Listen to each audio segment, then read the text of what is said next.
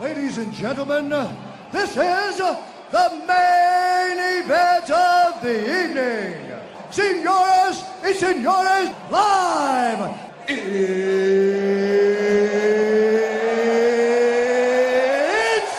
time!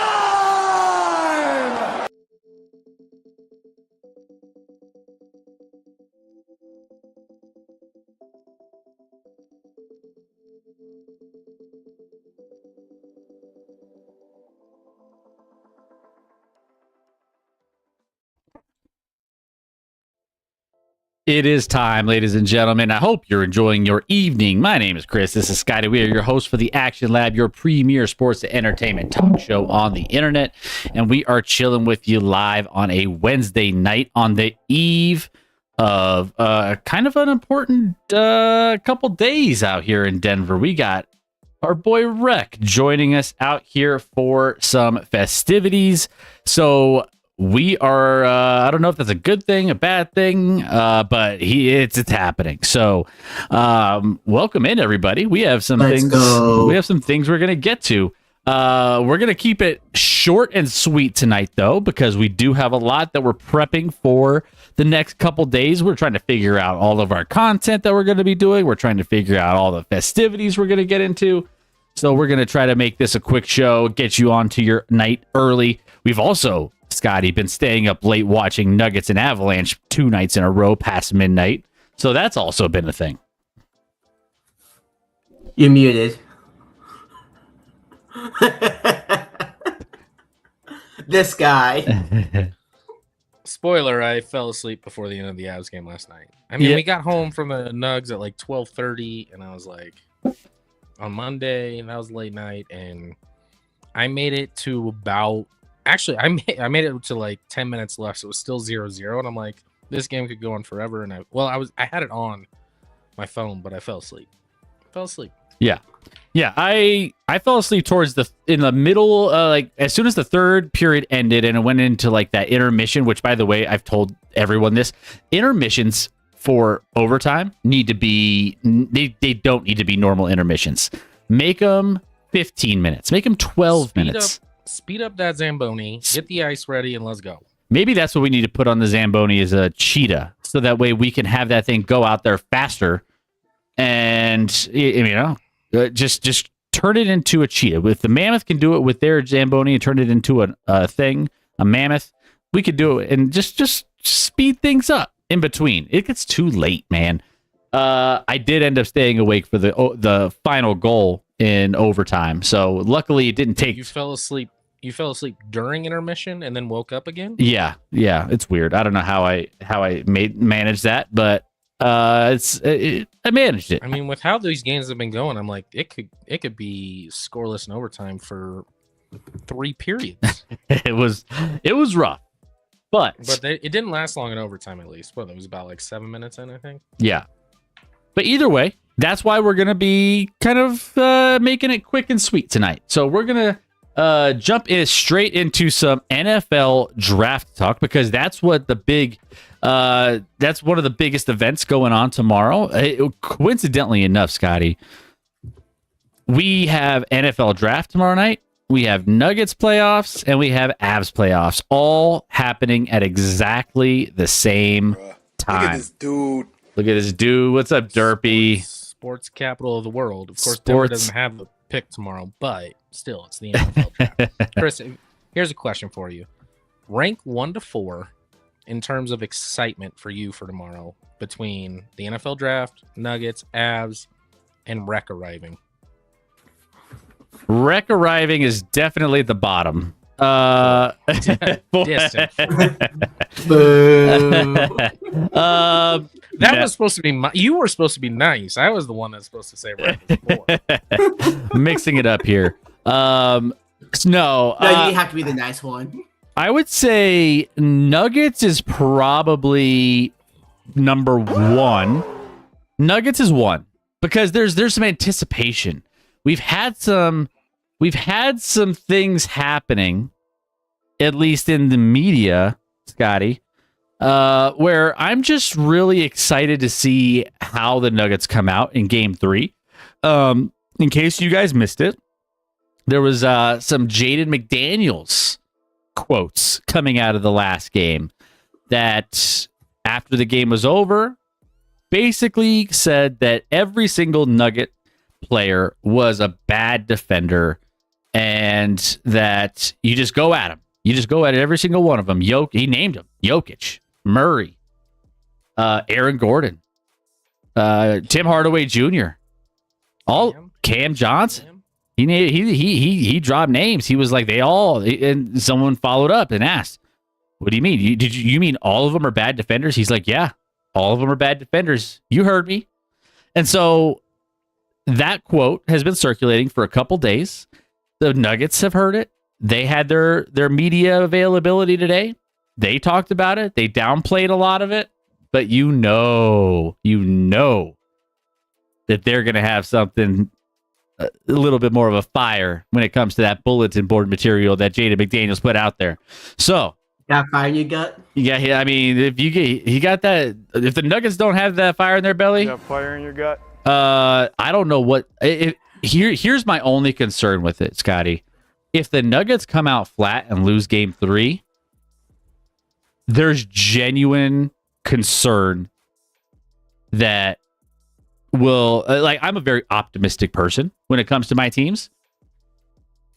I think that would be not on a scale of 1 to 10, 10 being an absolute disaster.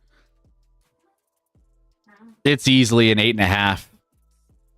Easily. If the Nuggets don't come out with a ton of energy and a ton of fire and a ton of just wanting to shut this team up, and they end up coming out flat and losing this game, I'm gonna have a genuine level of concern for them moving forward. It's not gonna be pretty. And you're the most positive person on the planet. I am. Nuggets. I am. I'm more positive on the Nuggets if they lose tomorrow than you are. I think they're gonna be fine. I think the Nuggets will win this series. I do. Even if they lose tomorrow, they'll win this series. Interesting. See, I do think that as of right now, I think that they will, at the bare minimum, split in Minnesota at the worst and come back to Denver tied. And it's just going to extend the series longer. But I will say, if those comments don't fire up this team and they don't look the part, I don't know. There's going to be a little concern on my side. At least we'll see. But that being said, Nuggets number one, because I'm just curious how that game is going to look. It could be a 40-point blowout, and I'll be like happy. Or we're going to have a really good game. It's going to come down to it. But either way, I hope they compete. So I'm curious how they come out. Number two, Avs. Avs will be playing. They're going for their third win. They're up 2-0 in the series, so I'm excited for that. I would say the draft. I'm curious about the draft, but at the same time, the Broncos don't have a pick, which is fine. But I still get genuinely curious about what other teams do and some of the players that are out there. And we're going to talk about some of them tonight. We're going to do a quick dive on maybe some of those top 15, 20 players and maybe some other teams that we'll be picking in the first round. We'll dive into a couple of those. But it's just, for me, I can envision myself tomorrow when we're at our spot, wherever we end up deciding to go, and I'll be focusing on the games more so probably than the draft, and I'll probably have the draft on my phone following the picks, but I'll be glued a little bit more to the games. Okay. I'll keep track of the draft for you. Yeah. I don't think that's Rex order, and that's not my order either, for sure. My order, you probably could guess my order, Chris. Yeah. Obviously, I'm at the top. Rec. There's one, then a large gap, then two, then a decent gap, then three, then a large gap to four again. But listen, I love the Nuggets and Avs. Don't get me wrong. But this is the first round. Avs are up 2-0. Nuggets, it's first round, game 3 in a 1-1 series. The draft comes around once a year. Also, the Chiefs haven't had a top 10 pick since they picked Mahomes at 10 in 2017, I think that was. So for me, even if the Chiefs had just the end of a round pick, it'd still be the draft. The draft comes once a year, and I love the NFL draft. I love it so much. It's by far my favorite draft. And then it would be Nuggets, because that is a huge game. Don't get me wrong. Avs up 2-0. That would be third. And no offense, Rec, fourth. Boo. But either way, Rec will be out here. He'll be hanging out with us. So we also have a tentative schedule. So tomorrow we'll be watching the draft. We don't know where we're going to be watching it, but we will try to get some content available for maybe we'll try to do some go live while we're out there at the bar. We're going to be doing some jumping on Twitch for a little bit here and there, little IRL stream while we're keeping tabs on all the festivities going on. Keep tabs on all your thoughts going on with the draft, all the sports, the playoffs going on. So we'll do that.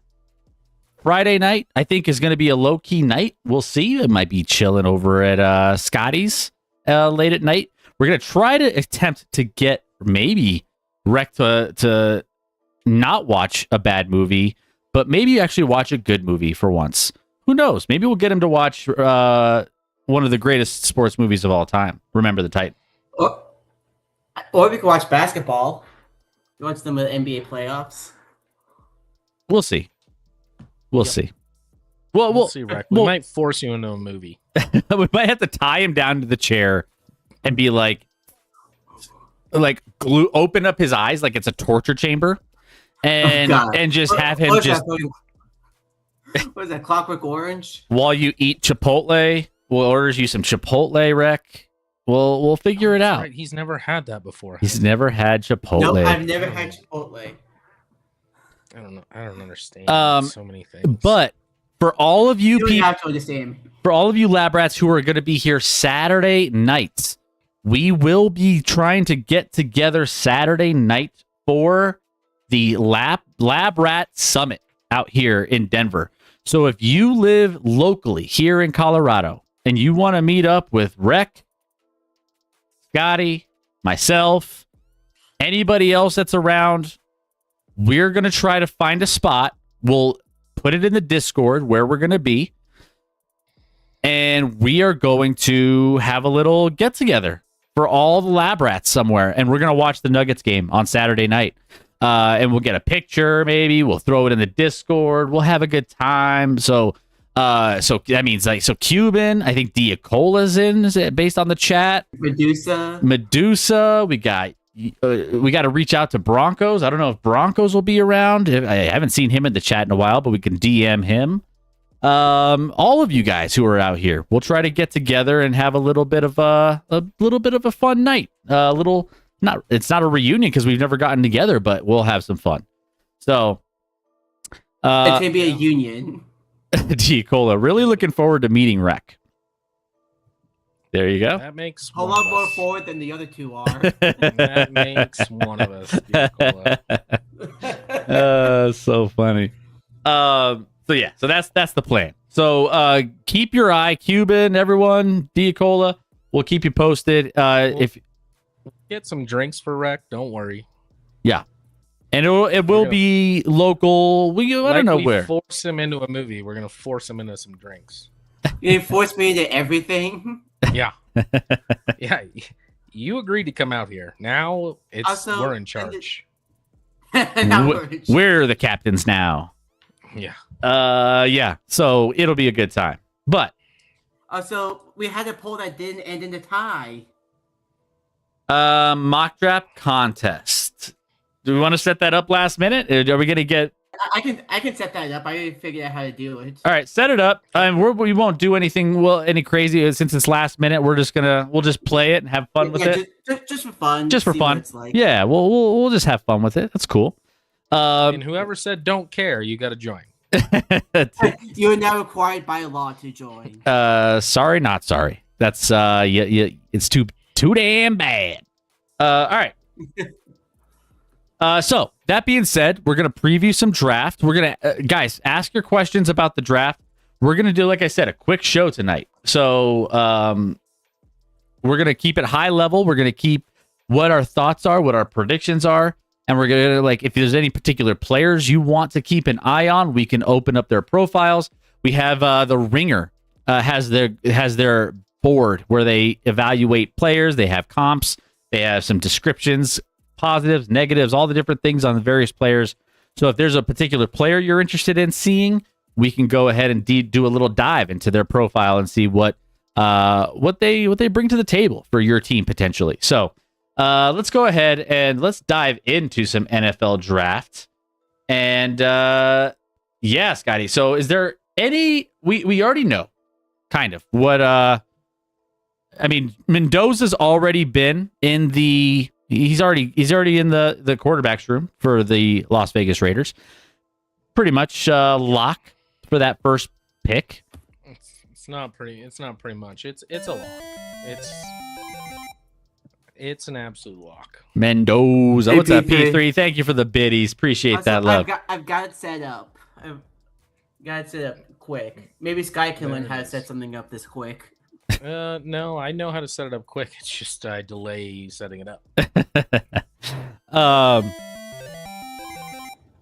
There it is. Look, go Lakers, go Kings, go Raiders.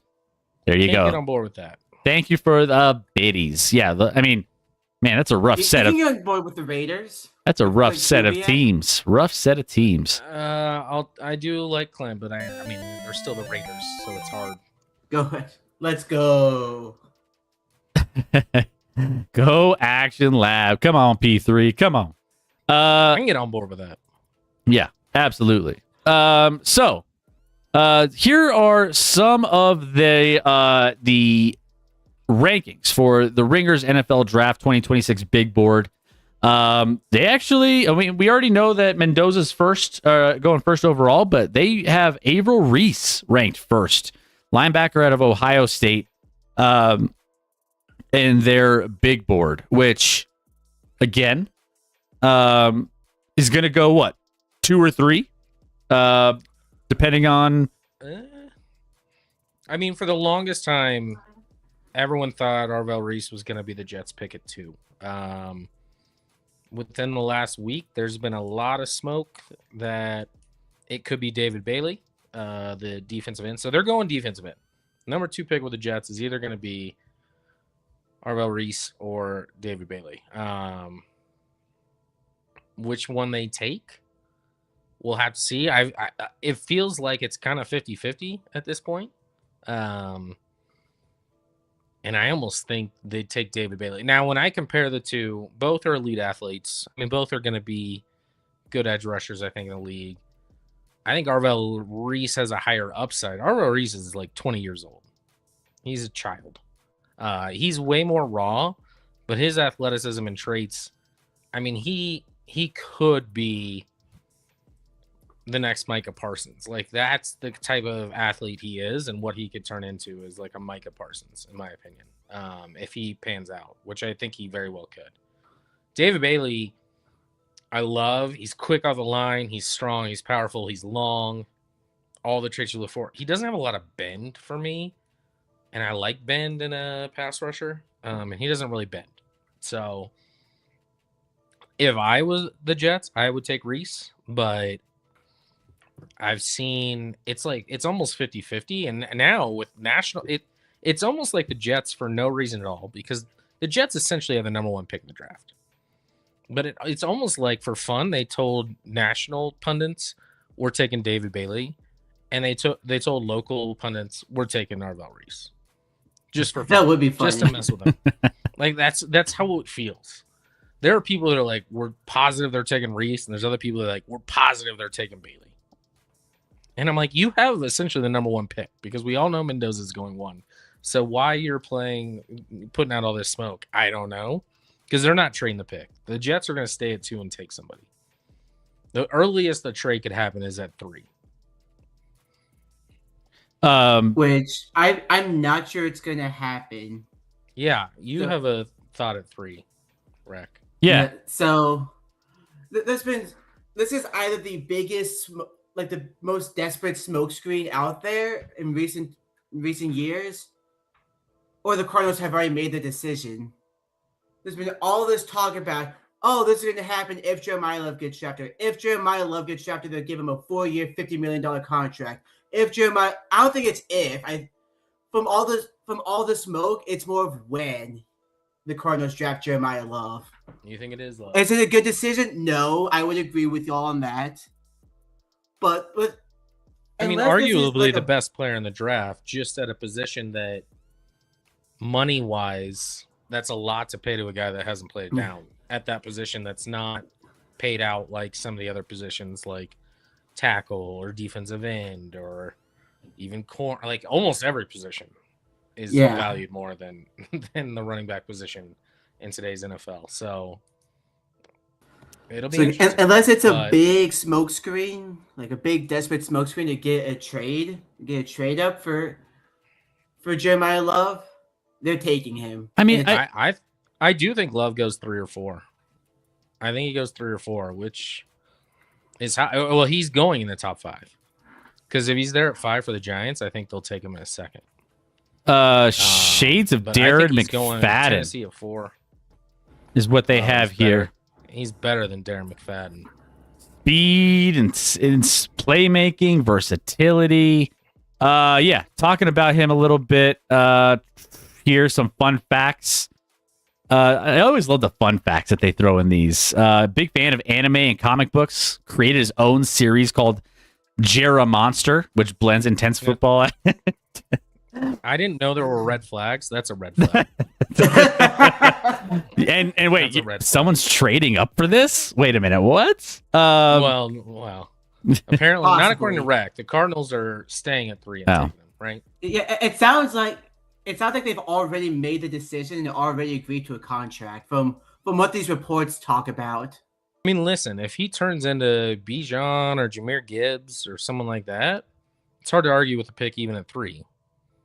If he does, which he very well could. I mean, he has that profile of being as good as those guys, for sure. Yeah, so stats, 27 receptions based on 12 games in 2025. 27 receptions, 1,300 yards, almost 1,400 yards per carry, 6.9, 18 rushing touchdowns on the year. So Jeremiah Love up there as one of the best options at the top of this draft. It's hard to argue with a guy with the last name Love that averaged 6.9 yards a carry, Chris. I mean, Nice. spicy indeed. Just Some came up with that. No big deal. Carnell Tate, Ruben Bain Jr., David Bailey here in 4, 5, and 6 on the big board. Wide receiver and 2 defensive ends. So far on this big board, linebacker, couple defensive ends. So got a couple top end defensive players here. At least at the 4, 5, and 6 level, at least on this big board. So let's say Bailey goes 2. It'll be interesting to see how far Reese drops. If at 3 he's not the pick, I don't know if he'd still be the pick at 4. Like Reese could drop a little if he's not taken at 2. But someone could also trade up for Arvell Reese if he starts dropping. It wouldn't shock me if a team like the Cowboys try to move up, get their Micah Parsons clone. And they have 2 first-round picks, so they have the ammo to kind of do it. Now, David Bailey should, if he goes to Carnell Tate, there's a lot of debate between who's going to go first at wide receiver between Carnell Tate and Jordan Tyson. Very different wide receivers. Carnell Tate's more your outside, threat down the outside, like can make plays on the outside for you, decent route runner, good hands. I think Jordan Tyson's a little more electric and Jordan Tyson's a big dude as well. I think they're both like 6'2". Jordan Tyson can give you more options, but Jordan Tyson has the injury. I think if Jordan Tyson wasn't hurt a ton in college, he would be the first wide receiver off the board for sure. But because of those injury issues, I think Carnell Tate might be the first wide receiver taken off the board, starting potentially at 5 with the Giants. That could be a spot for him. Well, We'll see. Jordan Tyson also could be the pick at 5. I mean, it could be either one of them. The rumor is the Giants love Jordan Tyson more than Carnell Tate. But I also don't know, depending on how the board falls, if they go wide receiver at 5 or they wait till 10 now that they have the number 5 and number 10 because the Bengals are stupid. There's actually a video. You're the only person. I'm not the only person. I promise you there's so many people that hated that trade. Almost the everyone I've Bengals. seen, including an NFL GM, have been like, "This is a great move for the Bengals." I don't think so. You don't think? Well, I've seen it. I've seen a lot of the opposite, so I don't know what you're. Maybe our feeds just feed into different things. I don't know. Yeah, probably. I wanna feed see, into maybe. NFL sources. You feed into angry Chiefs fans. It's not Chiefs fans. I'm not calling Chiefs fans experts. All right. Going back to Jordan Tyson, you mentioned Jordan Tyson is one of the so my Twitter doc, my ex doc, who is pretty tuned in to all, like he covers all sports injuries every time something happens to NBA and NHL, NFL players. He kind of gives those diagnoses of like, all right, this is what should happen based off I of think I know who yours is. Is it I think I know where you're going. Jesse Morse. I think that's who it is. But he had a negative outlook. They showed some video of Jordan Tyson. I don't know if this video right here, running a route. running a route, slow mo. That was recently. That About- was a few days ago. That about was at his pro day. yeah, and this is his left. Just analyzing the way he uses his legs to start this route is high risk for injury, especially left knee, left leg, due to like just the way he just tries to cut on these motions. And he was questioning, I mean, and with the injury history, it kind of maybe plays into this a little bit, but I don't know. This feels like a red flag for me. I mean, if I'm seeing just the mechanics of a player who's injury prone and you can kind of diagnose it from like a slow-mo replay of how he's practicing, can you imagine what it's going to be like in the game? So there's some interesting like aspects to that I would probably be, if I was an NFL GM, a little bit skeptical on. But again, that he's still an electric player. So it's taking the bad with the good. I'll say I've looked at, because I saw that one and I was like, oh. And then I looked at other Twitter docs, multiple others, who had no concerns about it. With that, outside of, there were people that were like, you got to clean up that form a little bit. There's no need to like bend the way he's doing. It doesn't help you in the route. Clean it up a little. But they weren't concerned about that moving forward. I mean, he broke a collarbone. He had a hamstring. Broken collarbone's pretty random, right? Hamstring can be obviously lingering, but like that usually lingers for like a season, and then hopefully it clears up. I don't know. I mean, I think the upside there. I think he is. I've heard some people say that scouts have told this person that he's the closest to Justin Jefferson they've seen in the draft in a while. Like that's how upside Jordan Tyson is. I don't even know. That feels aggressive. Like a Justin Jefferson light. Although Justin Jefferson went like in the teens or early 20s. He went in the 20s. Early 20s. It was like 22 or 23. Yeah. So their comp here, Jordan Tyson, Christian Watson. No, that's such a bad comp. They got, let's see. I don't think that's Jordan Tyson's game at all, but okay. Shades of Christian Watson. Twitchy, long, levered receiver. That's a lazy comp. He's got way more route running and change of direction than. The only thing he doesn't really have is he's not a great yak guy. Not going to get you a ton of yards after catch necessarily, but he's way more twitchy and way better. Christian Watson's just like a downhill, run a slant, run a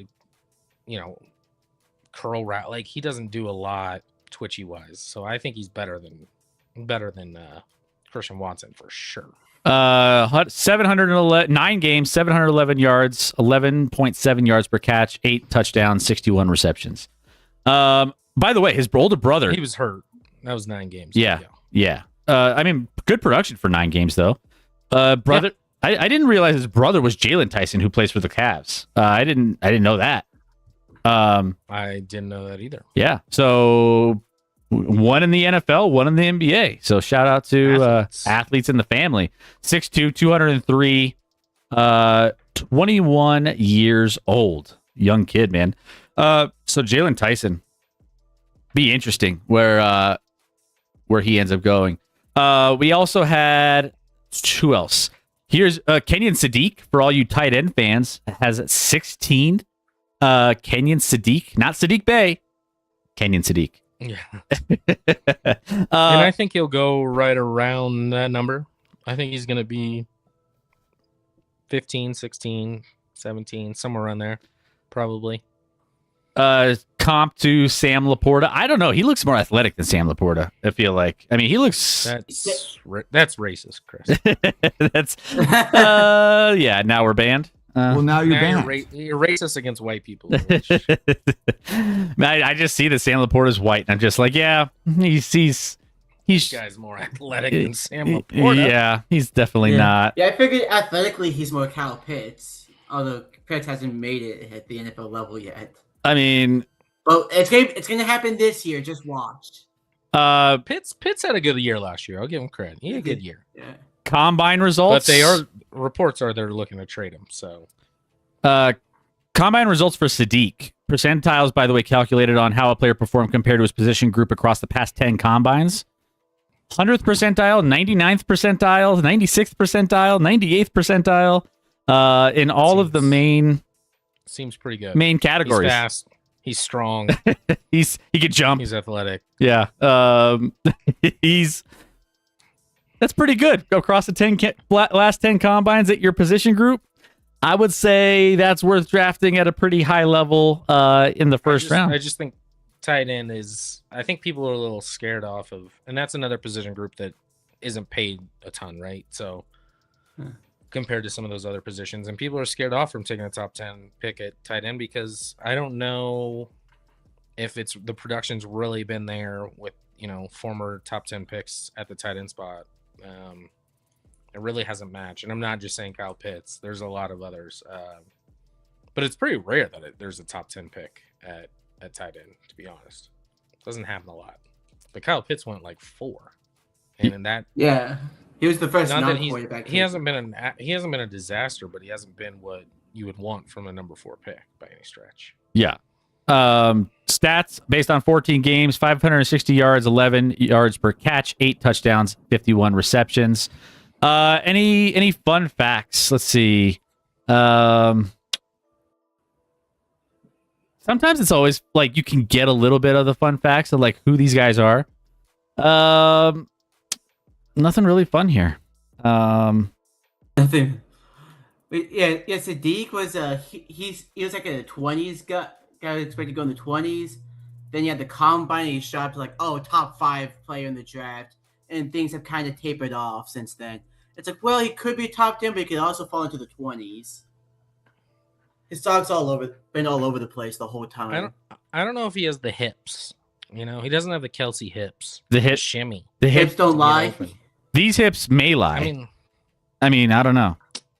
They might lie. I mean, Ohio State has guys all over the top 10. There's a possibility where there's legitimately 4 Ohio State players taken even in like the top 6. Like that's a real possibility. I mean, you got How did this team Reese make it to the finals? You got Reese, you got Tate, you got Styles, you got Downs. Yeah, those 4 guys will be gone for sure by I think 12 at the worst. Caleb Downs ranked 7th on this big board. Sonny Styles 8th on this big board. Caleb Downs is a guy that, like, if he wasn't a safety, because safety is another position that's not valued, he might be the best player in this draft, but he's just a safety and he's a little undersized. But he's a monster, and Caleb Downs is going to play in the league for a long time and be an All-Pro multiple times. I believe that. It's just how much do you value safety over some of these other positions? Yeah. Linebacker Sonny Styles, Ohio State. Freak athlete. Yeah. Freak athlete. So, yeah, a lot happening there. Then you get into the 10s, 10, 11, 12. You got Spencer Fano. Offensive lineman. Yep. Guard from Penn State, Vega Loani. No. That's not an L. Yeah, I was gonna say. Try a different letter. Oh. If it was an L, it was capitalized, Chris. It would have like a little. Oh, is that how that works? Yeah. Is that how that works? Yes. Mansour Delane. How do you pronounce his name? Ioani. Yes, there you go. Ioani. Nailed it. So yeah, anything. Mansour Delane, top corner in this draft. Because maybe it could have been someone else, but due to injuries, your boy from Tennessee won't go one. Delane will be the first corner taken, and he probably will go. I mean, he should go top 12, Probably for sure. So, I'm not huge on the offensive line class. These guys are. I don't know if there's anyone with just insane traits that you're like surefire. This guy's going to be an absolute stud.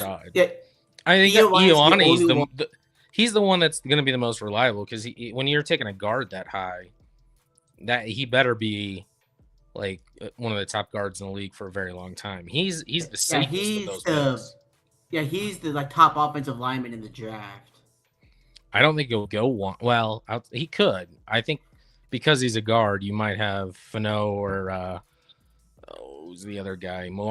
From Miami. I can't say that guy. Marioga. Francis Maioga. Yeah, so a fun fact about Fano. So in the combine, they said his arms were too short. So teams would have to probably move him to guard. As pro day, it's like, actually, his arms aren't that short. He could be a tackle. So there's a lot of confusion over how long his arms are. So he could have T-Rex arms. Like that's not an uncommon thing. I believe with Will Campbell last year. Yeah. Same thing happened. And I hear the reports are same thing happened with Ruben Bain this year, where like at their pro day, all of a sudden they have longer arms. So who's measuring at the pro days? Because they may be a little biased. And listen, it's not that I don't like those players, but like their arms didn't grow in a month. I promise. It's not hard to measure an arm. It's not hard. So I trust the combine results more than I do the pro days, because the pro days, who's measuring those arms? But if you like the prospect, you're gonna follow the pro day because his arms aren't that short.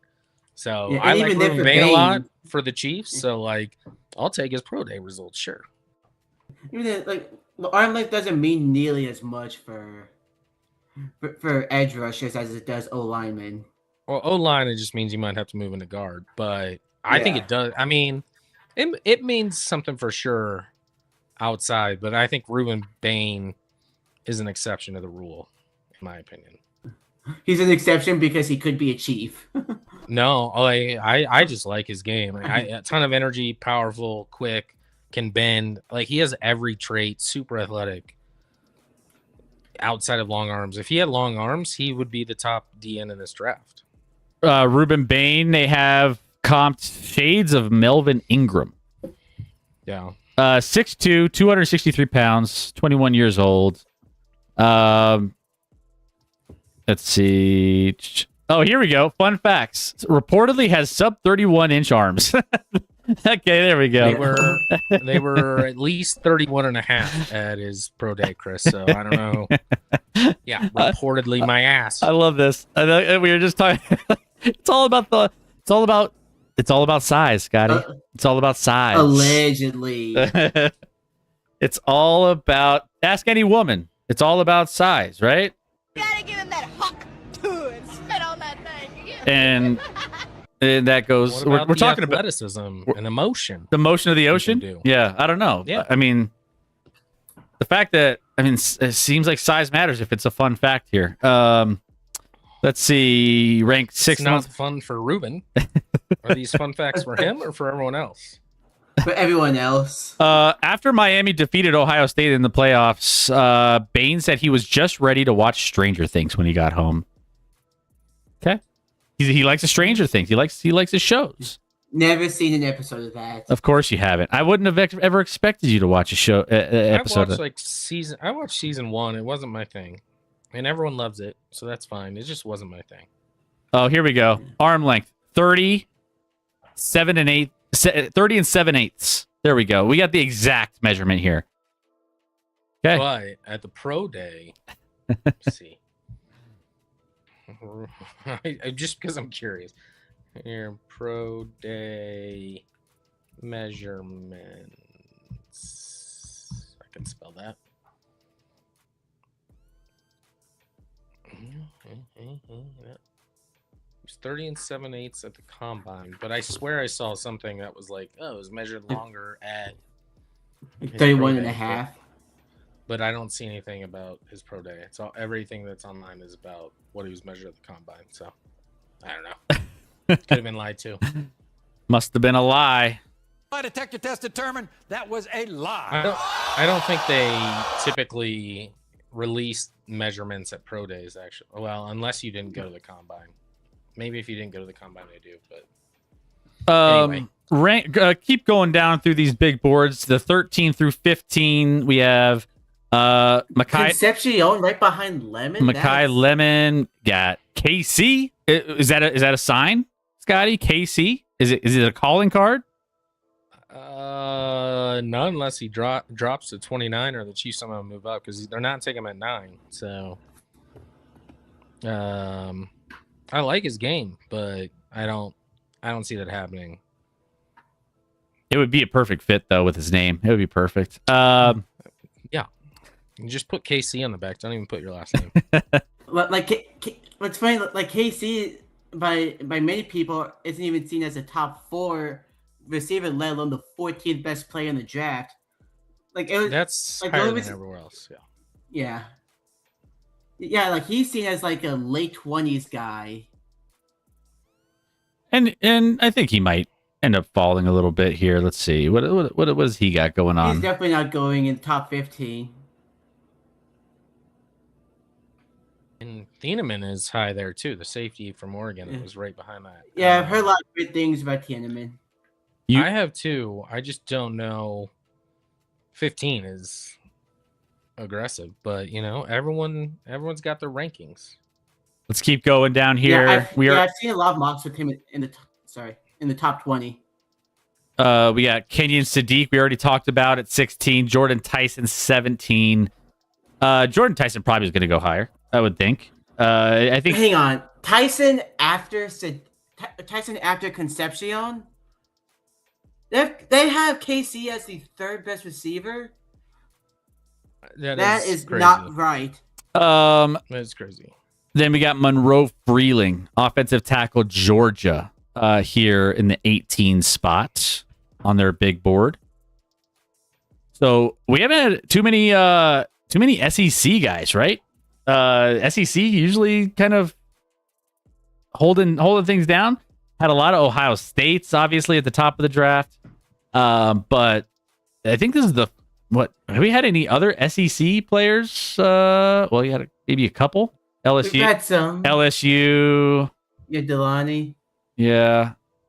So it's not. Yeah, it's less than normal for sure. One Georgia, one LSU in the top 18, at least on this big board. So it's like, man, that SEC is Concepcion, Texas A&M, but that's still certifiably insane. Continuing on, 19, 20, 21, we got Denzel Boston, Proctor, and Keldrick Bulk. There's a couple SEC players there. I spoke it into existence here. A wide receiver, tackle, and defensive end. Here as we get to the middle to bottom third of the first round. I haven't heard a ton about Denzel Boston, to be honest. Let's learn about him. Comped to Cortland Sutton. Shades of Cortland Sutton. 6'4", 212, 22 years old. Junior out of Washington. 6'4", so he's got the height. He's got the size. He's got the size. Let's see. Majored in comparative history ideas. Liberal arts degree with so, all right, sure, fair enough. Played with Dunze, Polk, and Jalen McMillan during his time at Washington. Let's take a look at his combine. Combine kind of lackluster, middle of the pack here. Nothing crazy on some of the comps for his position over the last 10 combines. And then based on 12 games, 881 yards, 14.2 yards per catch, 11 touchdowns, 62 receptions. So, A big play threat, kind. I wouldn't want that to be a pick in the first round if the Chiefs need a wide receiver. I would not go that route. Yeah, seems like maybe it might be a little underwhelming pick in the middle of the first round, but I mean, I'm sure he's gonna you know what he's gonna do? He's gonna make my boring list. He's gonna be one of those boring receivers when it comes down to the fantasy football, where it's like all the boring players are the ones that are the most productive that will get you all your points. He's probably gonna be one of those. And then, maybe I'll draft him in my fantasy league late in the fantasy draft. Who knows? All right. Rack. About your Steelers. Any smoke on potential QB2, the second quarterback? Because he's going the first round. We are not drafting a quarterback in the first round. Ty Simpson's gonna go in the first round. He will not be a Pittsburgh Steeler.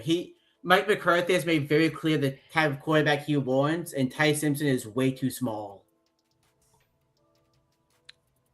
Where is Ty Simpson? I think if he goes in the first round, it's probably going to be a team trading up, like one of the top 5 picks from the second round, moving into the first to get that 5th-year option. Let's go to quarterbacks. You know what's wild? On odds, I saw a thing where, and it is a trade up, Ty Simpson is minus 200 to go to the Cardinals.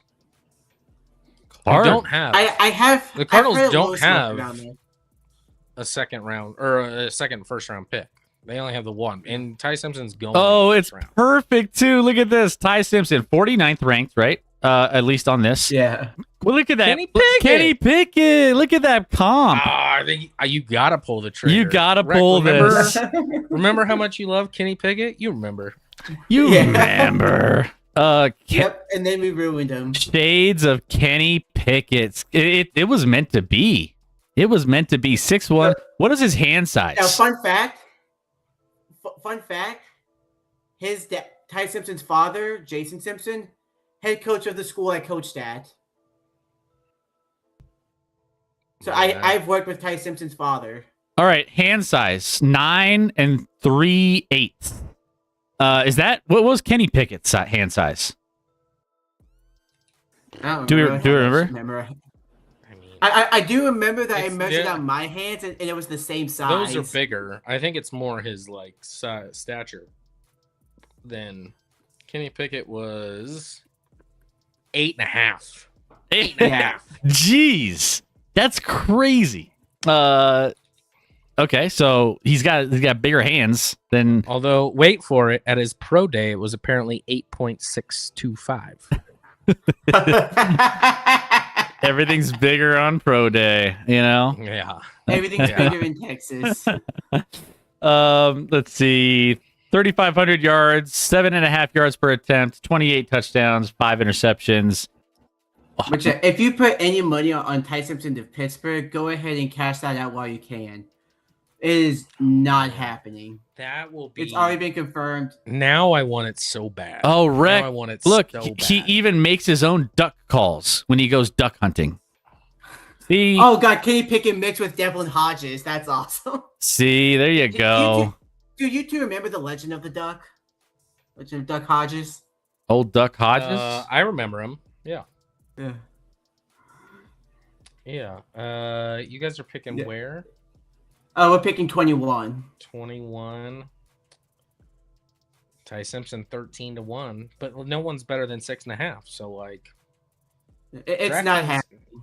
DraftKings has a wide receiver as the top odds for you guys to take. We're most likely well- drafting a receiver. I was just giving you the position. Can you give me the player on DraftKings that you think is the At most likely? 21, the big three aren't going to be there, so I would say Denzel Boston. No, he's plus 950. This person's at plus 650. Is it Concepcion? It's Or, not. or Omar Cooper? It's It's Cooper. Omar Cooper. Yeah. He's- Coop. Now, some other smoke I've heard around the Steelers, they're going to try and trade up for a wide receiver, one of the big three. Depending on, I mean, I don't think they're going to be able to get the top two, but they might be able to get Mekhi Lemon depending on Yeah. how much they want to move up. And I would where be he very goes. happy with Mekhi Lemon because the Steelers have the most draft picks they're the most draft picks this year with 12. They have I three will- third-round picks. I will say I've heard a lot of smoke that the Rams love Mekhi Lemon at 13.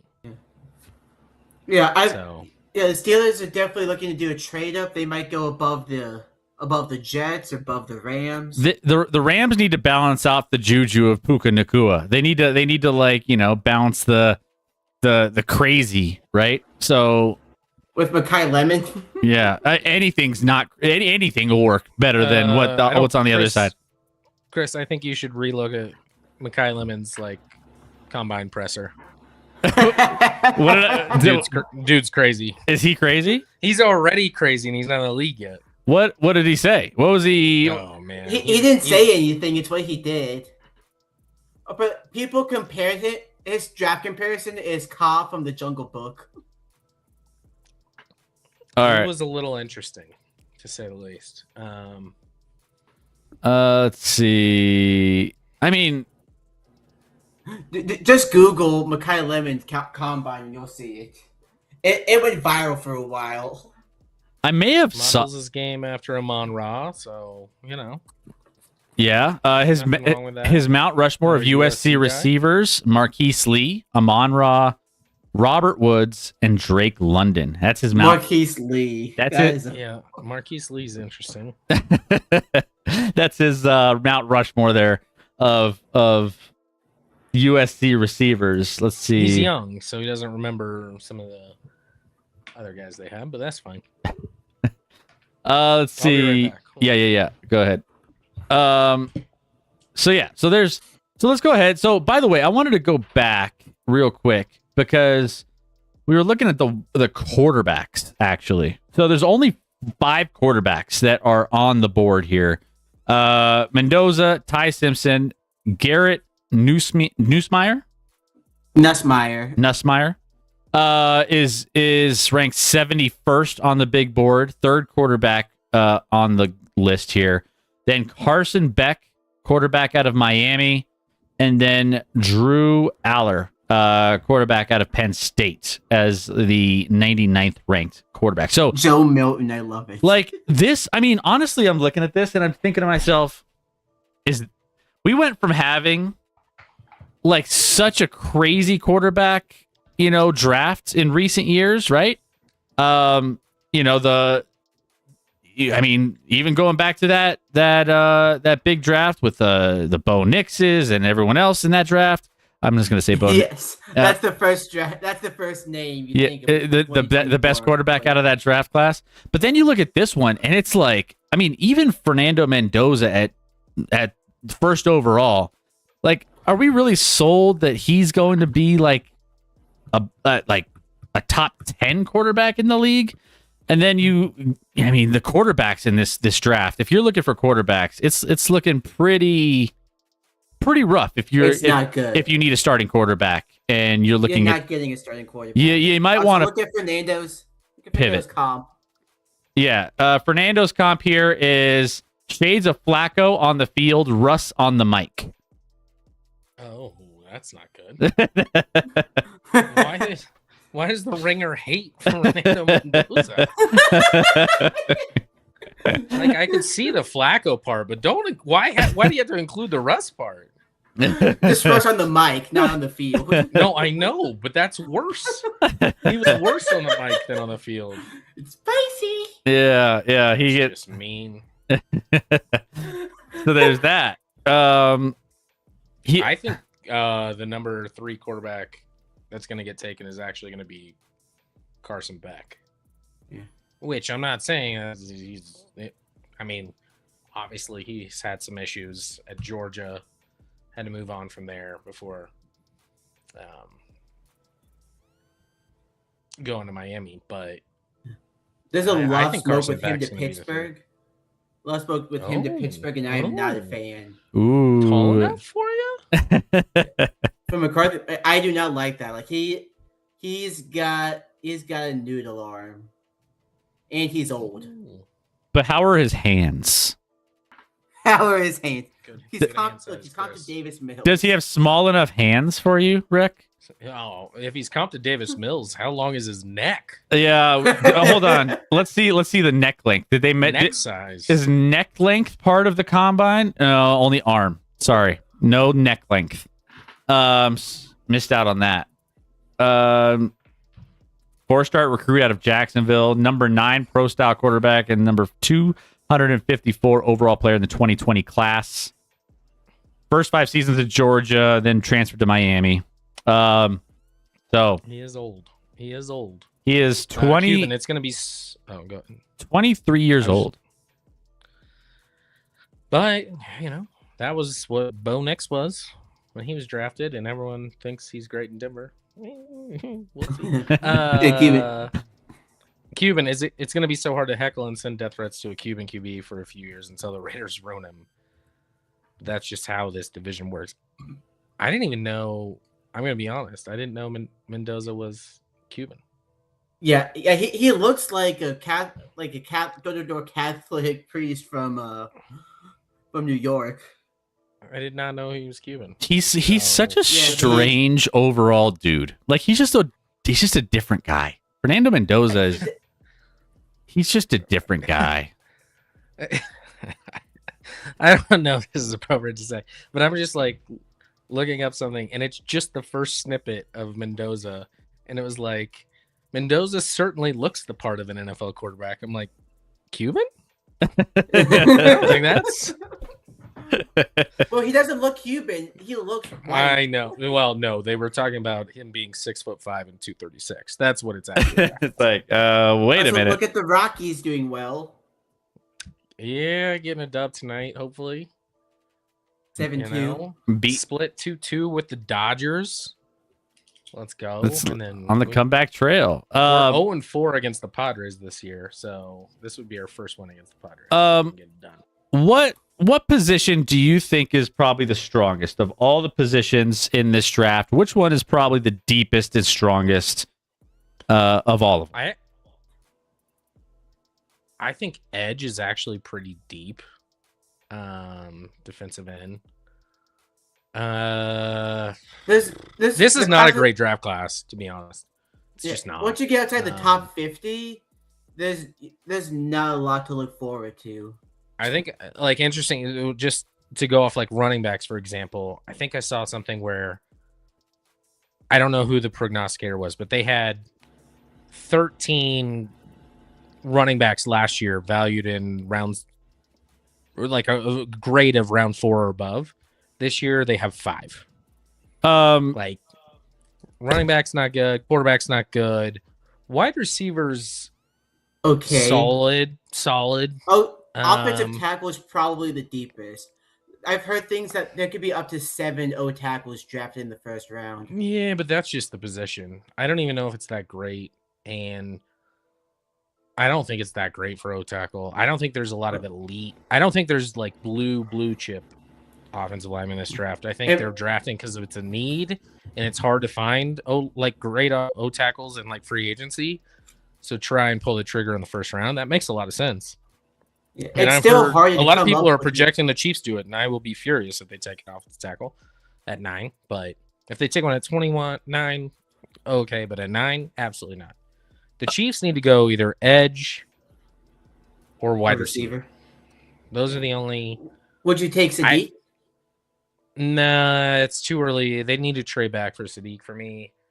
I could like the only other player I could see is like a Caleb Downs if he's there. Well, which I think he would be there, and they don't like some of these. I think if Ruben Bain's there and Jordan Tyson is there, that's going to be a really hard decision. I think that's one of those two are. Now I've made bets on both. I have Jordan Tyson as the pick and Ruben Bain as the pick for the Chiefs.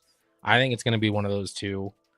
But I could see it being like a Caleb Downs, but like I don't want them taking O tackle at 9 at all. I got the running backs pulled up here. Jeremiah Love, obviously the number 1 back on the board. Top 2 running backs from the same school. From the same school, Yep. Jadarian Price. But it drops off 56th on the big board. Then it goes worse than that. 62 for Jonah Coleman. And then they only have 2 more in the top 100 on their big board. Mike Washington Jr. out of Arkansas and Emmett Johnson out of Nebraska. So I actually like Washington. He runs hard. So I like both of those guys, but they're like, they're like 3rd round picks. But after those 5, it's like, who's there? There's nobody there. So there was only 5 ranked quarterbacks on this big board. There's only 5 ranked running backs on this big board, which means if you're Chris, do you think there's a chance with the Broncos' 2nd round pick at the end of the 2nd round they pull the trigger on one of these guys? It's interesting. I think they have a chance. I want to say, because there is still this rumor from Aqib Talib that they're going to maybe make one more trade. And I don't know if that's around draft day, if that's going to happen. But from all indications, like I feel like there's only 1 or 2 positions that they could be targeting, whether it's draft or whether it's on a trade. And it would be either like a wide or a running back or like a higher end tight end from what they have right now, which again, like they just keep accumulating more tight ends. So it wouldn't shock me if they did something weird. Eli Stovers has been a guy I've seen mocked there, tight end from Vanderbilt. Yeah. I think they'd like Jadarian Price if he was there at 62. I don't know what sort of monster trade you could make on draft day unless you're moving a player from your team, because you don't have the draft capital to really do a lot with. Yeah. So for me, if you're getting a big time trade, supposedly, like some people I've heard speculate for Kyle Pitts, because you need more tight ends, obviously.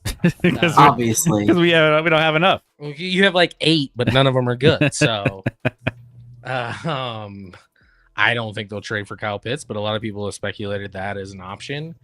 And I'm like, what are you giving up your second round picks? So you like literally have no picks at all in like the 3 rounds basically for Kyle Pitts? I don't know, because then you got to pay Kyle Pitts and they have money coming up. I don't think that happens.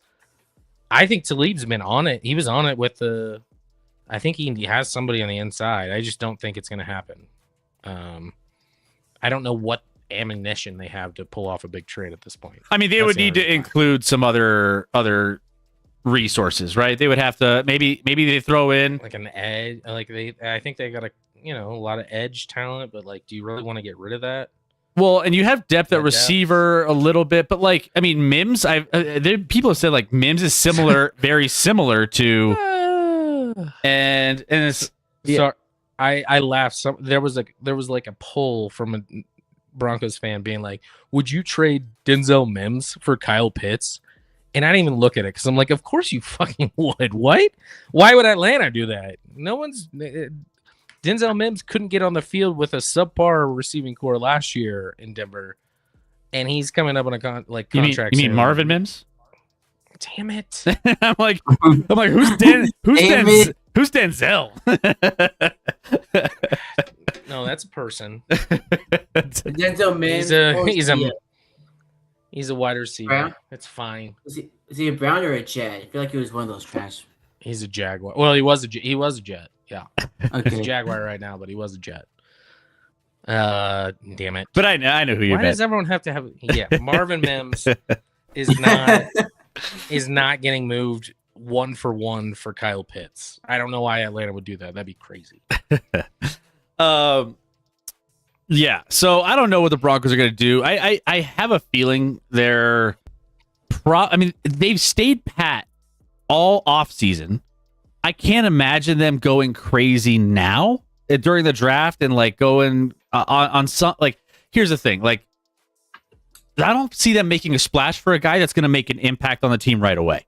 Like this isn't the draft to get an impact player where they're drafting or to they don't have the resources to move up to get a really high-end player in this draft to make an immediate impact right away. So that being said, I don't think they do anything crazy. I think the Broncos end up staying, where they are. Maybe they trade back. Maybe they trade like up a couple spots from maybe one of theirs if they like somebody.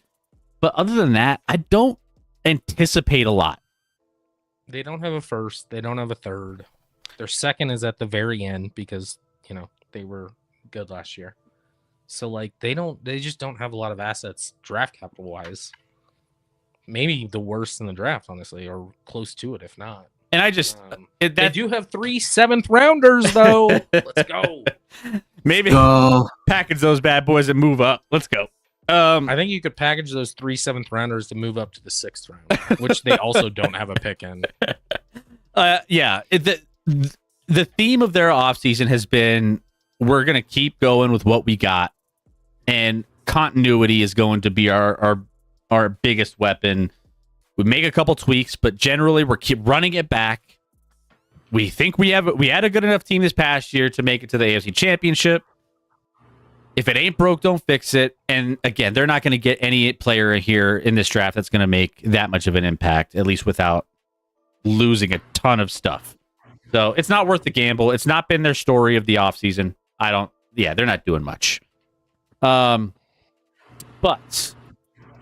Rack, gun to your head. Yes. Or not gun to your head, but like most, if you had the chance to draft at 21, someone that's reasonably there at 21 for Pittsburgh, who would you like? Who would be the guy you want? And reasonably there, like I'd want to make a Reasonably trade there. if I was stuck at 21. At 21. It's crazy because a lot of the guys I do want won't be there. here, I think if let's see. So- I'm looking draft to works. who all would be there. I'm surprised you don't have like a name in mind off the bat. You're just so Well, then- stuck on them well, then moving you- up. Well, how about this? What position are you needing? What? Let's start with position first. Like the only besides quarterback, the only position that's an outright need is receiver. Okay, so receiver. Which is I'm my heart says trade up for Mekhi Lemon. So If it's not him, again, it's not going to be a quarterback. Go ahead and forget about that. Who would be your preference of those wide receivers after the top 3? Who's your number 4 wide receiver if you had to pick? you got Tate, Lemon. No, after the 3. After Tate, Lemon, and Tyson. Who would be your 4th? So you're looking in the Denzel I'd probably go with, Boston.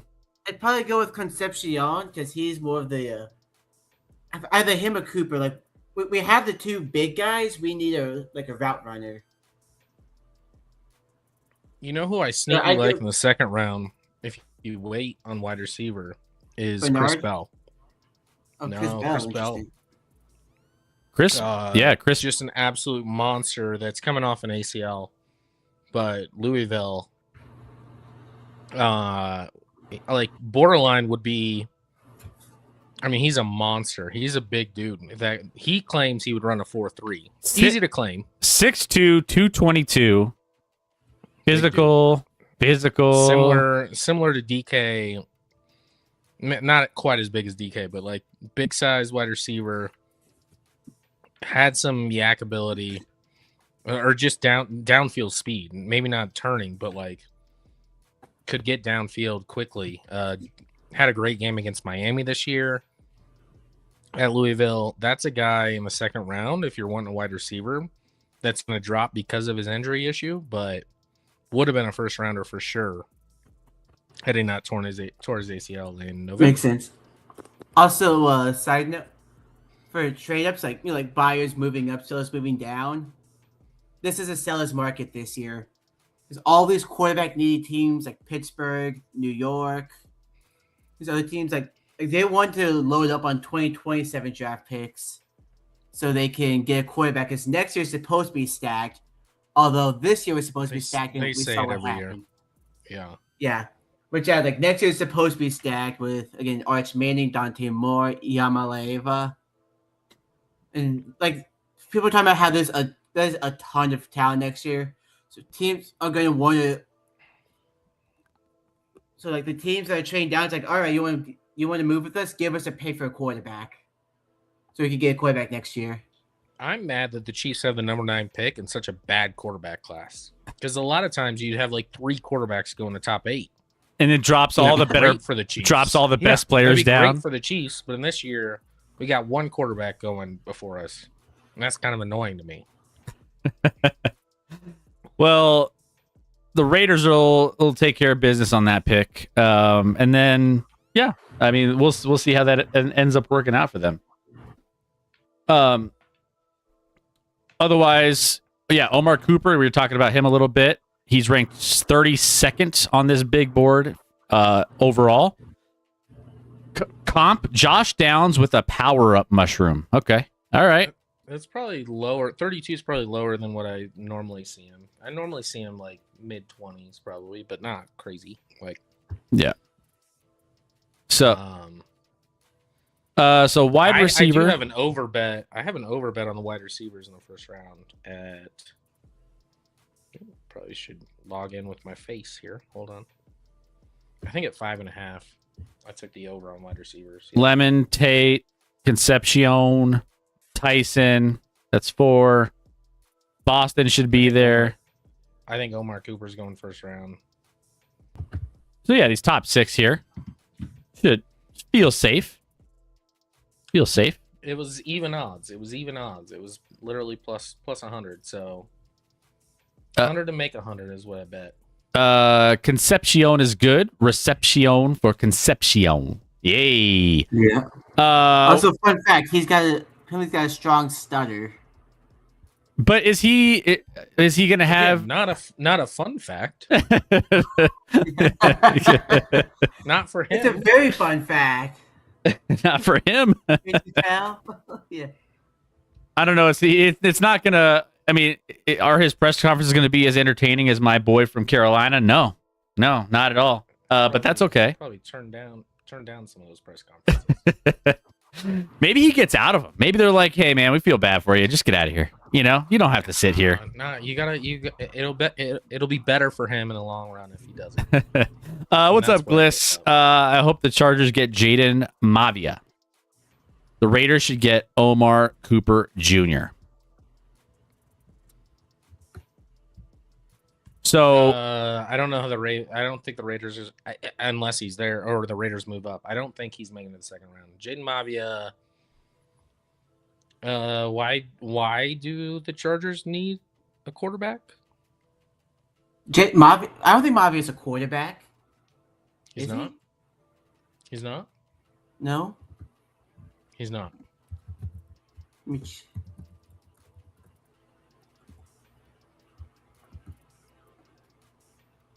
Oh, I guess he is a. I've heard nothing about him. Where is he? he's not. He's not even. He's not even on this board. No. Yeah. Yeah, no, well, So he's probably. I don't know like, if he's even playing. draftable, but like maybe he's an undrafted free agent. You get him to back up Herbie. I mean, yeah. I don't. I mean, there's only. Herbie gets hurt all the time, but he usually plays through it. He just plays injured. Let's see what else here. Everyone thought Drew Aller was going to be like a top 10 pick prior to this season. A lot of people thought Garrett Nussmeier was going to be a top 10 pick prior to this season. No one had Mendoza anywhere near the top 10. So that's how, like, yeah, you can be like, oh, next year's going to be great. And then everything changes. Yeah, that's what I've been saying. But yeah, I know. everyone's loading up for 2027. So this is a seller's market. They can. Who is this Denzel Mavia guy? Yeah, I default to Denzel. Denzel's Everyone. anybody who we are not sure is just his first name is Denzel. it's such a Denzel, common you're name, gonna like it. right? I christen you, Denzel. Jaden Mavia, Cuban. No, I'm just kidding. Cuban, not. and his name is Denzel. Mavia is clearly Hawaiian. Or I don't even know if I'm saying it right. Maya, wow. Any Denzel other? Washington Commanders? That'd be a good fit.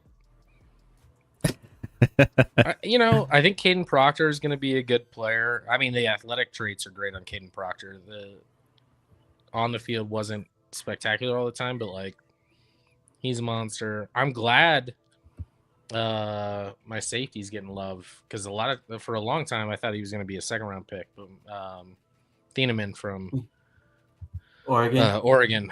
I've heard a little smoke of him to Pittsburgh. Downs, Thieneman. You guys love taking secondary in the first round. We haven't done that. We haven't taken second in the first round since 2016, I believe. Was Porter not a first rounder? He was the first pick in the second round. Okay. Yeah, because we fleeced the Bears to get that pick. Where do you think Diego Pavia is going to? You mean Denzel Pavia? Yeah. I think you mean Pavia's going undrafted. Denzel Pavia. Diego Pavia is going to be a UDFA, so he can go wherever the hell he wants. Is there any NBA talk today? Wolves, Nuggets, or all NFL all the time? Well, we haven't actually talked any NFL recently, so we're just covering a little bit. Actually, this is going to be a short stream report. We're kind of running out of gas here. We've kind of talked a lot about the first round and some of the standout players at certain positions. If there's any others, by the way, that we want to dive into that we haven't mentioned, we could dive into those. But we're going to be wrapping things up. We have a big weekend coming up with Rec being out here. We're going to be doing some IRL streams at the bar tomorrow night when we're watching Nuggets, Avs, and the NFL draft. So we're going to be doing that. We're going to be doing a lot of content over the course of. We have our Action Lab Rat Summit on Saturday, where we're getting together with some of you lab rats that are local out here. So we're going to have a lot of things going this coming weekend. So we're going to keep things short and sweet tonight, and we're going to wrap up here in a little bit. But any other players that stand out that you're like, man, whoever gets this player is going to be, they're going to be in a good spot. in the first round. I'm rolling through here. We talked a lot through these top 18. Proctor, Boston, I Falk. got some info on a random guy that's probably way down this list that I just think will go in the first round from information I've heard. It's Traydon Stukes, who's like a safety from Arizona. I got a bet on him to go in the first round at plus 260. He goes first round. I don't know. 'Cause I'm not even sure if the third top safety, McNeil Warren, goes in the first round. That's because Stukes is going before him. Ooh, I don't even see him I've on always the heard, safety list. Well, maybe, but so far from Just heard that wait. consensus is Just it's just wait. Downs, then Kinnaman, then McNeil Warren, and then Stukes. Just That's wait. what I've heard. What's interesting is they don't even have Stukes on this list, even above some of these other guys. So Stukes is going in the first round. Just wait. interesting. Okay. Yeah, there's a couple of Put guys. your money on it now. Big second round linebacker that's actually probably should be a first rounder.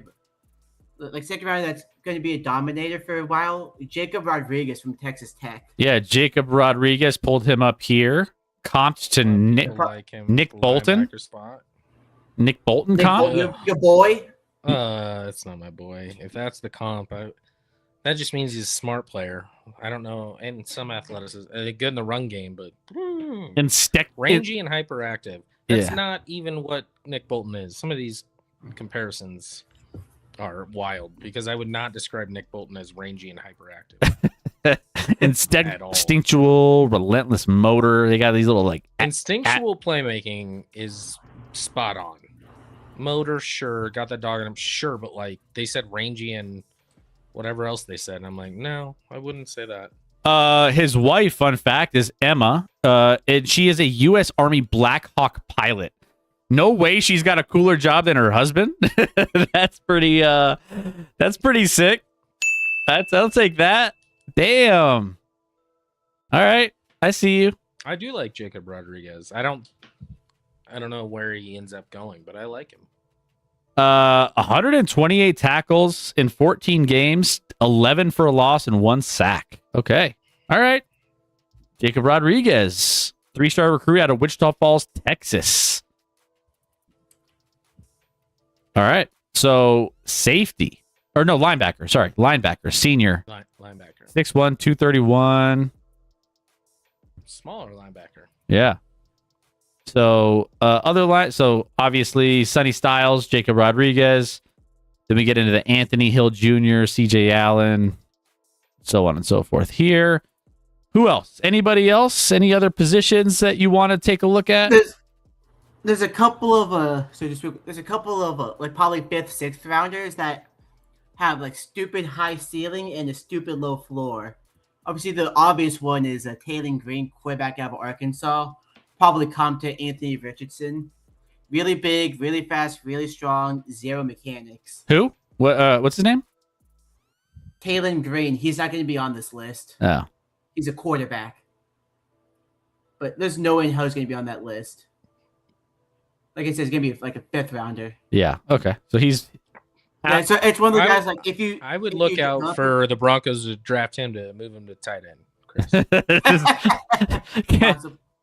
Can't we just find like anybody? Well, let's just get It's Sadiq. Let's get trade all of your assets to get Sadiq.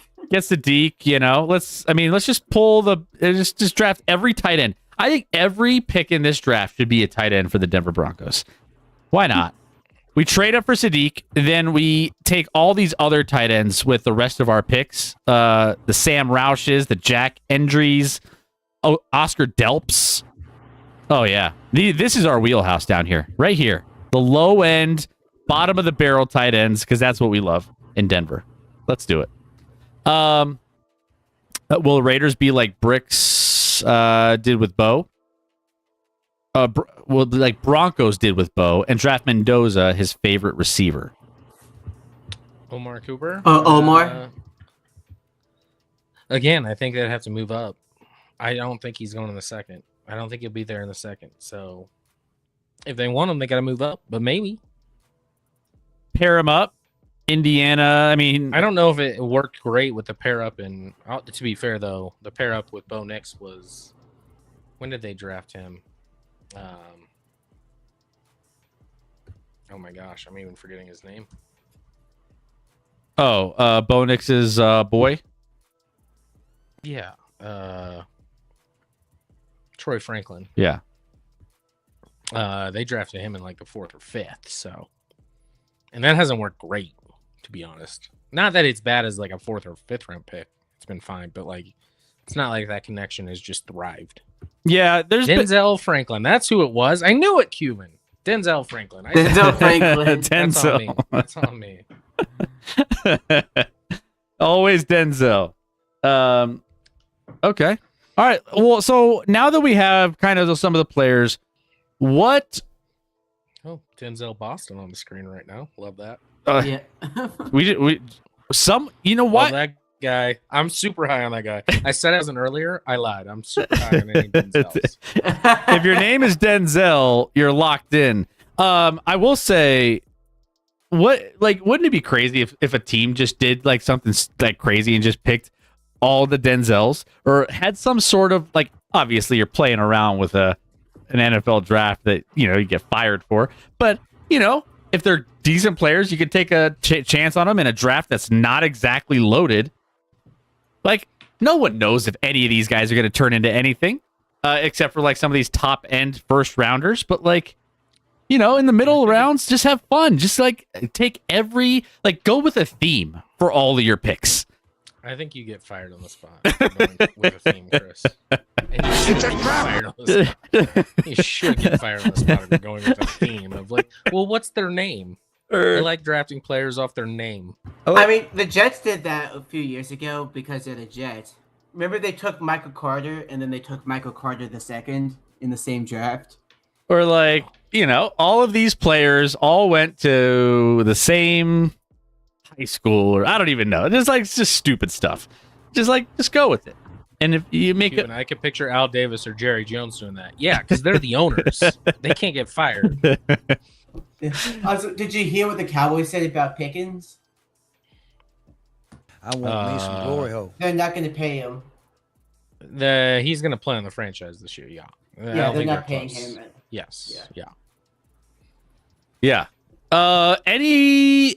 Any obscure predictions as far as weird moments that I know we kind of went over some weird moments, but like anything that are there any crazy players? Who are the crazy players?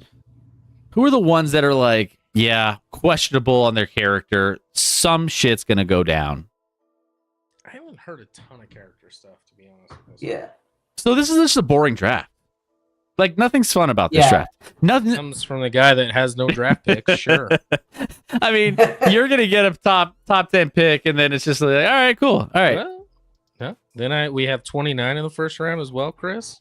Then we got pick 40 before you pick at 62, and then you don't pick again until 108. Yeah, it's a You rough got 5 in the top 100. Yeah, it's just Pittsburgh has a lot of draft capital. Yeah. It'll just be it'll be a Nuggets and Avalanche night for me. Well, I'll keep tabs on it, but I'm gonna be looking for like the weird things happening. That's wild.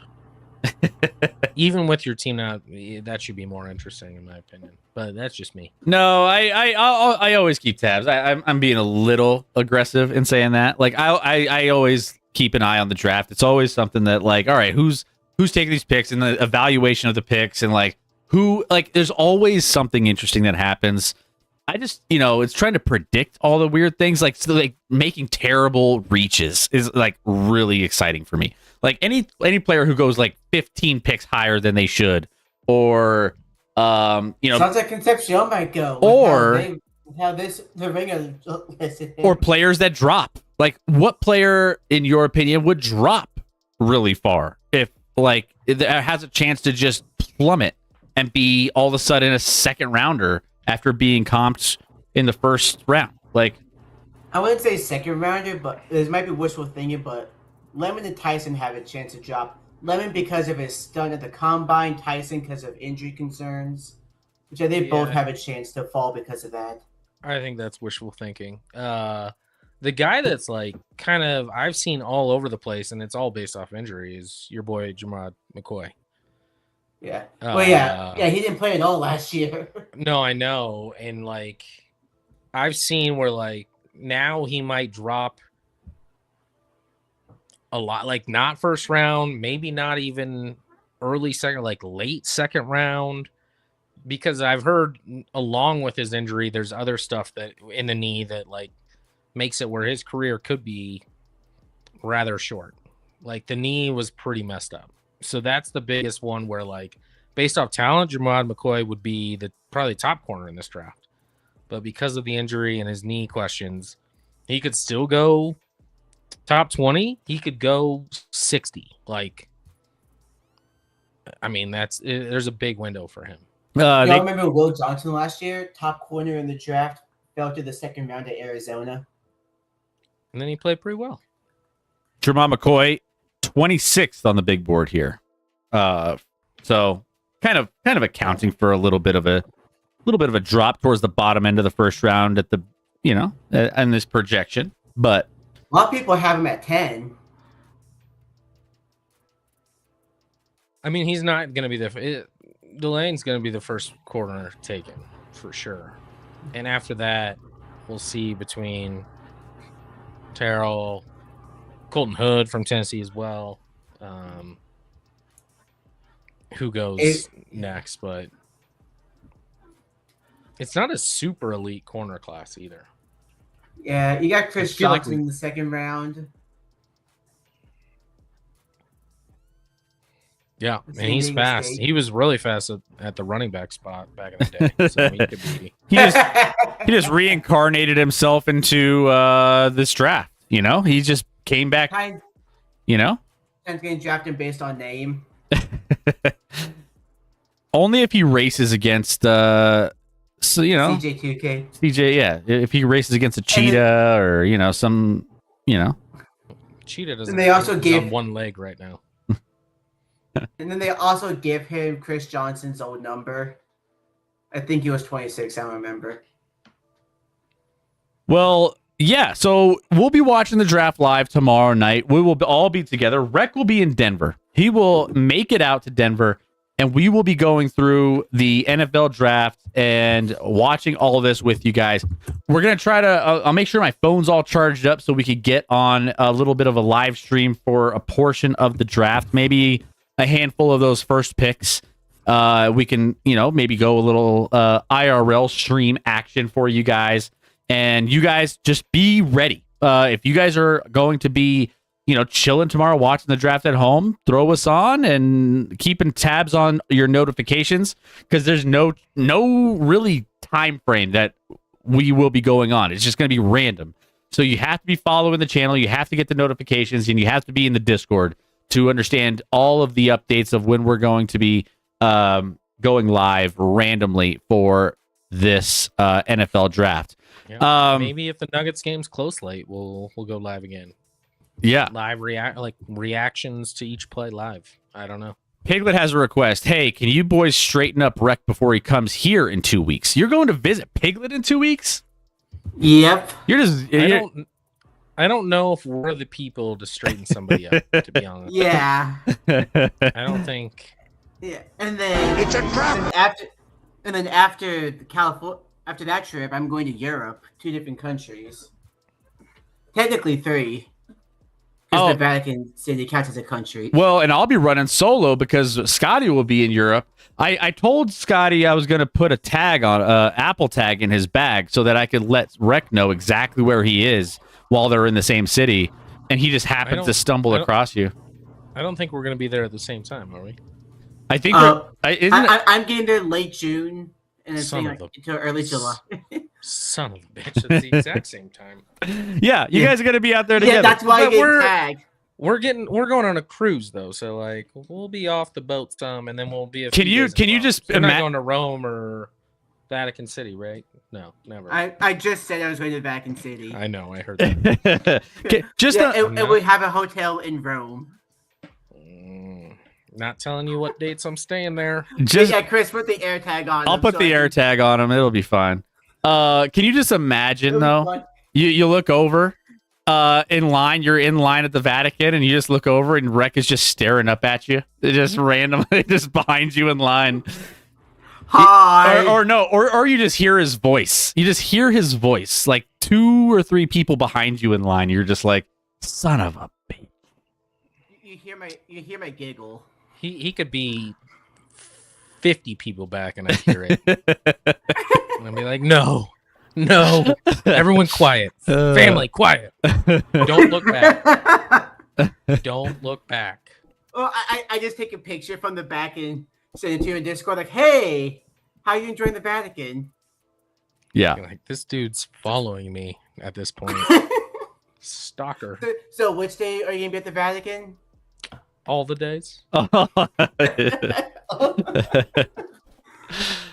do think it's like June 29th or something like that. I don't know. Okay, Rec is clear on the run after he won a successful heist.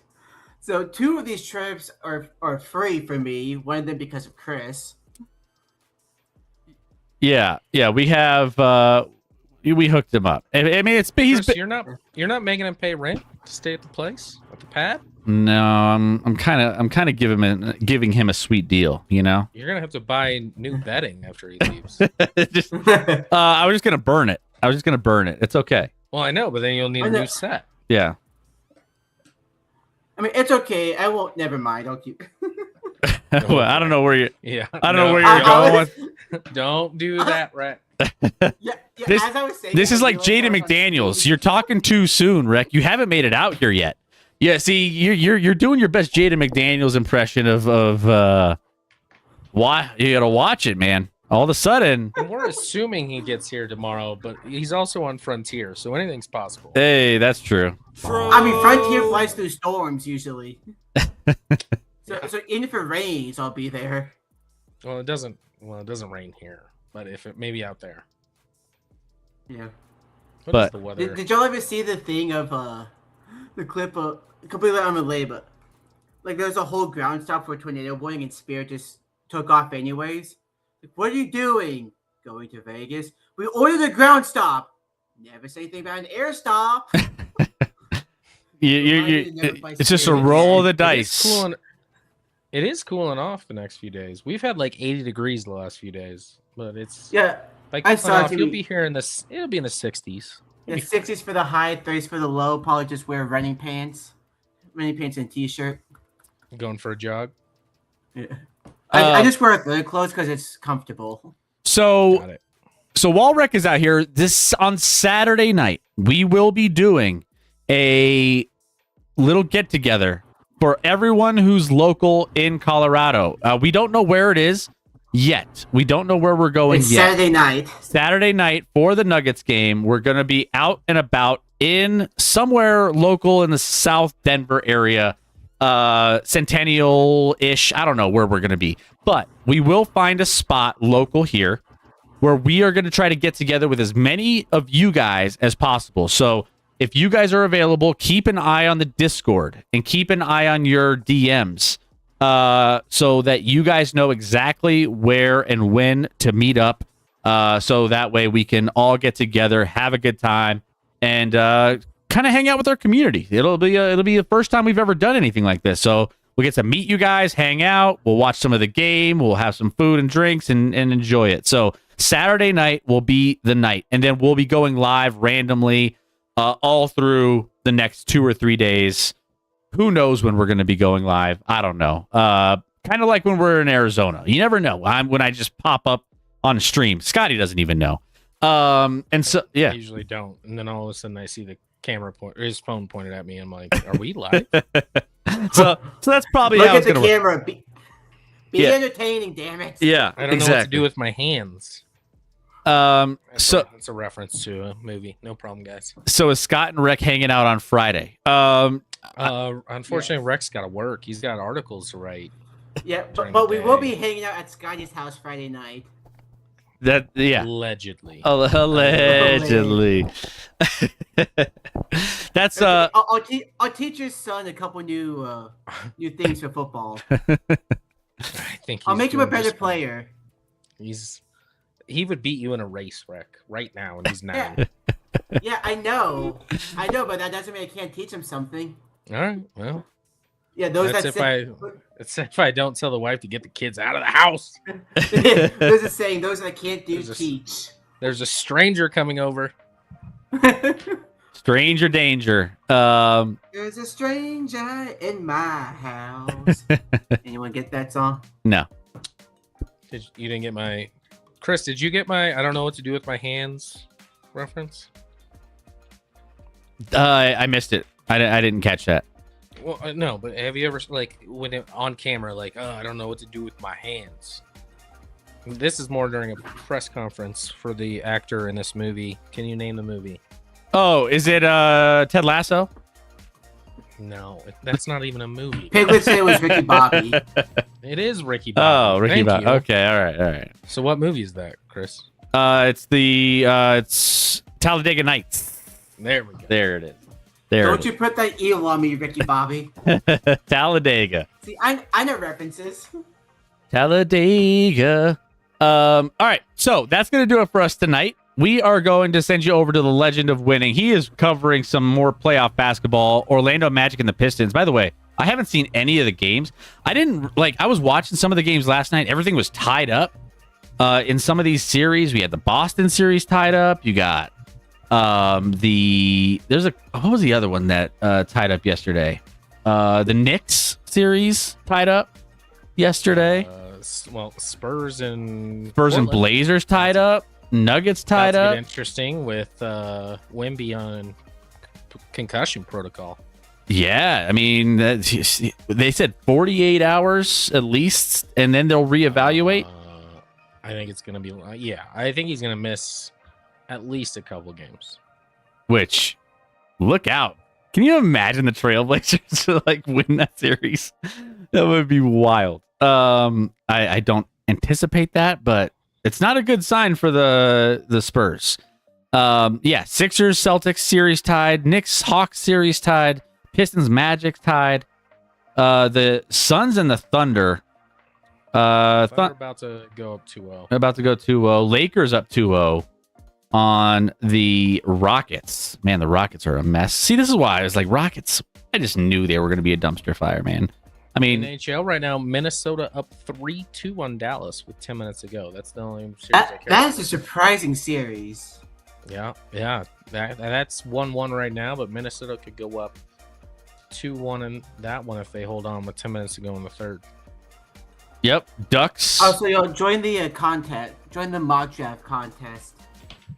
Yeah, that's just for fun, guys. If you want, it's free. Join for fun. There's no prizes or anything associated with it, but go ahead if you want to jump in. It'll be just see how you do. The prize is by respect. Unless Gaia wins, then they call it luck. Good show, boys. Cuban, it's too early for you guys to eat snacks, Medusa. It's too early. Medusa, Cuban, are you coming out on Saturday? Are you gonna meet us up? Let us know. We'd love to see you guys. I'm not going if they're not going. See? All right. See, it all hinges on you guys. Make it out. Medusa's down. That means Cuban's in.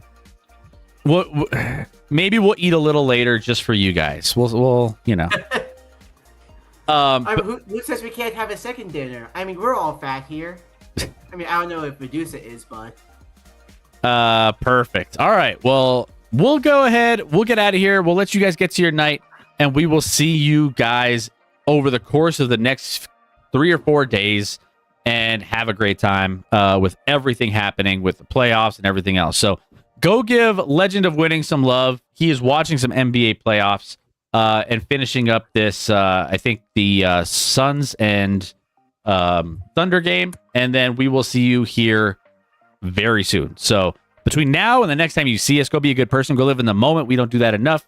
Put the phones down, enjoy the people and things around you, and be a good person.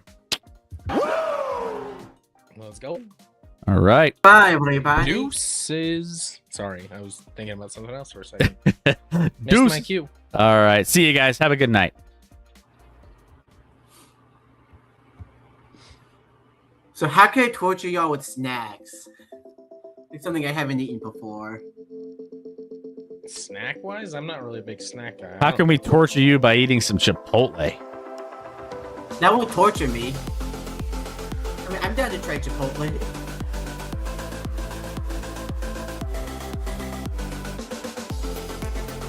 Get me a burrito.